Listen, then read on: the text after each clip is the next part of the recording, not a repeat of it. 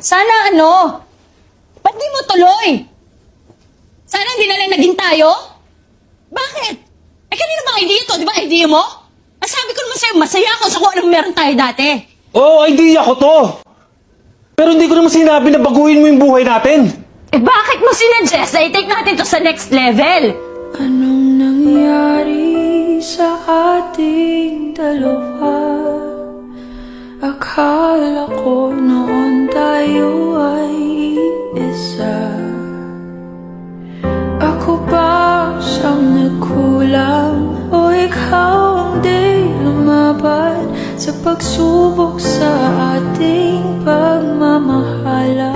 Best friend pa rin pa tayo pagkatapos ito. Nangyari sa ating dalawa, pagmamahal ngayon'y bakit nalang